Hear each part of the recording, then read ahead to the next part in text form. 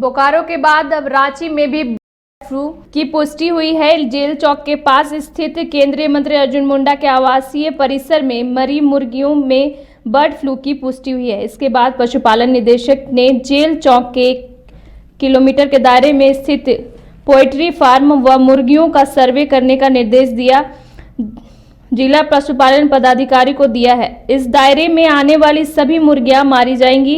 एहतियात के तौर पर 10 किलोमीटर क्षेत्र को सर्विलांस जोन घोषित कर दिया गया है। डेली मार्केट, लालपुर बाजार, मधुकम, खादगड़ा, बड़ा तालाब, बरियातू रोड, मोराबादी में स्थित पोल्ट्री फार्म सहित रिंग रोड तक के क्षेत्र की निगरानी बढ़ाई जाएगी। हमारे सहयोगी शहनवाज जुड़ चुके। शहनवाज, बताएंगे कि बर्ड फ्लू बोकारो के बाद रांची में भी पहुंच गया, क्या अपडेट है?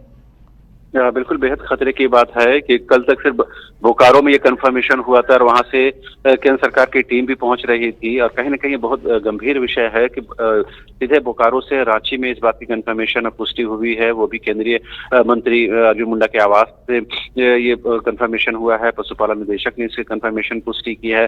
जाहिर सी बात है जो एहतियाती कदम है वो तो उठाए जाएंगे, लेकिन बड़ा और अहम सवाल ये है कि आखिर बोकारो से ये मामला रांची कैसे पहुंचा और रांची के बाद अन्य दूसरे जिलों में भी ये पहुंचा है। इसकी कंफर्मेशन अब तक नहीं हो पाई है, लेकिन उस पर एहतियात कितना बरता जा रहा है और कितना प्रिकॉशन लिया जा रहा है ये देखने की जरूरत है। क्योंकि अभी जो झारखंड समेत पूरा जो विश्व है वो कोरोना के इम्पैक्ट से अभी बाहर ही आया है, उस वायरस के संक्रमण से की जद से बाहर आया है। उसके बाद अगर इस तरह की मुर्गियों में या जानवरों में इस तरह के वायरस के उनके स्प्रेड की अगर खबर आएगी या कंफर्मेशन होगी तो जाहिर सी बात है सरकार के लिए, तमाम लोगों के लिए बेहद मुश्किल हो सकता है। सबसे जरूरी एहतियाती कदम ये उठाया जाना चाहिए, न सिर्फ उस रेडियस में जो मुर्गियों को मारने की बात की जा रही है, बल्कि सर्विलांस जोन सिर्फ उस क्षेत्र को नहीं बनाने की जरूरत है, बल्कि कम से कम पूरे उस इलाके को और पूरे राजधानी रांची के कम से कम जो पर्टिकुलर जो टाउनशिप है उसको बनाने की जरूरत है। क्योंकि आप एक स्थान से जो मुर्गियां आती हैं वो कई स्थानों में वो डिस्ट्रीब्यूट होती हैं,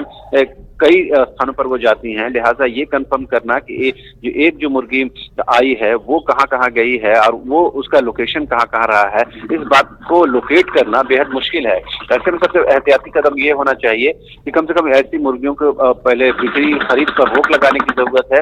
और सबसे अहम और खास बात यह है कि अनकरीब होली का त्योहार भी आने वाला है, जिसमें ज्यादातर जो है ऐसी मुर्गियों का सेवन होता है। ऐसे में अगर इस पर तुरंत और फौरी कदम नहीं उठाए जाते हैं तो जाहिर सी बात है ये इंसानों में भी स्प्रेड करेगा और फिर इसको कंट्रोल करना बेहद मुश्किल हो जाएगा। ऐसे में कम से कम और गंभीरता की जरूरत है। हालांकि रांची जिला प्रशासन हो या पशुपालन विभाग हो, उन्होंने एहतियाती कदम उठाए हैं, लेकिन इससे ज्यादा एग्रेसिव ढंग से एक काम करने की जरूरत है।